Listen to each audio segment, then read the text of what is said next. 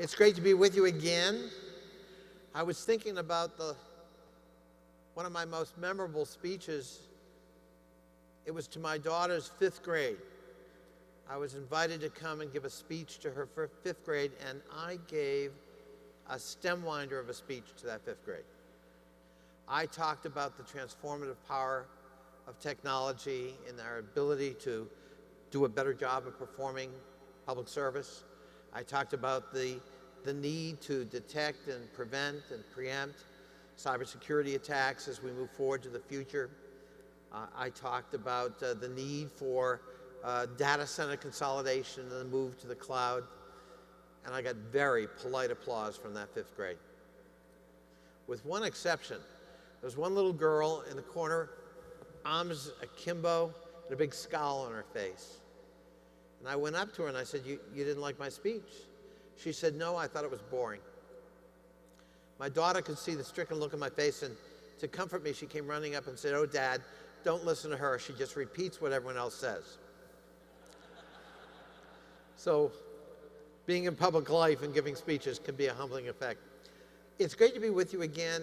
And, you know, since we last met about a year ago where we did a fireside chat at the same conference, 3 kind of critical things have happened, big changes. One is we passed the first kind of comprehensive, transformative legislation to change how we manage IT procurement and management in the federal government. Not a trivial thing. The federal government is a trendsetter. It sets design standards. It often sets best practices. And it's an $84 billion a year market. And it's really desperately in need of reform. Unfortunately, a lot of that $84 billion is still used for maintenance of legacy systems. In fact, we still use COBOL in the federal government. The only good news about that is the Chinese don't know how to hack into it. But we could free up 20 or 30 billion of that 82 or 84 billion a year and reinvest it to make ourselves much more efficient, much more productive, and to use technology as something other than a commodity. One of the things we have to do in the federal government is sort of change the mindset. Technology is not just another commodity to be managed. It is a process that can transform how we do business, how we provide services, and to actually rethink and reinvent how we do business in the federal government. And that's really critical. The second big thing that happened, which may sound odd, but I think it's a real milestone, is the GAO put IT management and procurement in its high-risk list. It produces a high-risk list every year, 50, 60 items. And for the first time, it put this one in that list. That's important because it gets the attention of all federal agencies and all federal managers that this is important. This must be addressed. It's long overdue, but it's a welcome change. And the third big change since we last met a year ago, of course, happened very recently. The most catastrophic personal information breach in the history of the federal government was just announced recently by the Office of Personnel Management, compromising at least 4.2 million Americans' personal information. People who do work for the federal government or once worked for the federal government. This is also important in many, many respects, but not least of which is it exposes an antiquated technology system in the federal government. And what can go wrong when you don't reinvest, when you don't make the investments you need to make to stay ahead of the game. The vulnerability is obvious. Some of the systems are so old, encryption is not possible.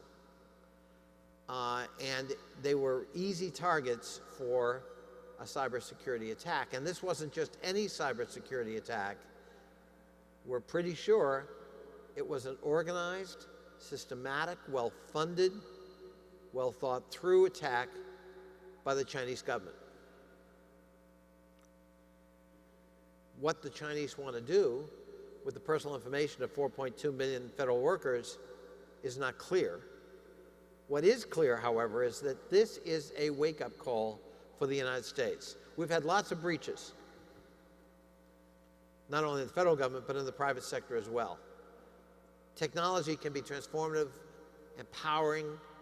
Think about the incredible changes technology has driven in every aspect of our life. But there's a soft underbelly of technology, the vulnerability. And protecting privacy, protecting databases, really important. And unfortunately, the federal government is not well equipped uniformly to do that. And it must partner with the private sector to do that. And that's why we passed a law called FITARA, the Federal Information Technology Acquisition Reform Act, a mouthful. We prefer to call it ISA Connolly. Doesn't that ring off the lips better? Even that fifth grade I talked to might remember that. But it tries to bring the federal government into the 21st century and how it manages its IT procurement, how it's organized hierarchically to do that. You know, spread out over 24 federal agencies, we have 250 people with the title CIO. Think about that. That is a system that goes like this. In a sense, nobody's in charge. Nobody ultimately is accountable. Nobody has the responsibility and the authority to make purchasing decisions, deployment decisions, and the like.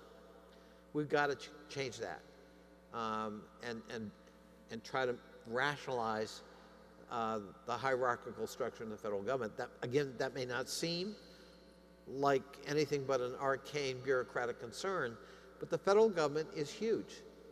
And we're talking about some very serious things: how we manage national security, how we manage defense, how we manage the provision of health care, how we manage our own personnel. These are huge issues involving huge numbers, from Social Security to Medicare, and they have to be managed in a different way because of technology. And so there's an opportunity as well as a risk. This latest breach is something that we really need to pay attention to, because we're kind of in this low-level but very intense cyber Cold War with the Chinese and the Russians. And we need to better gird ourselves to protect our country, our assets, our public utilities, and our privacy. And we have an opportunity to do that with this new legislation. I'm hoping we will seize it. And the good news is we are going to seize it. Technology can be such a force for good. It can be a force multiplier in the public sector that we've never seen before. And some agencies are doing very well with it, using it for things like telework. And in terms of protecting against cybersecurity, the OPM breach that has received so much attention is masked a little bit by the number of cyber attacks we have.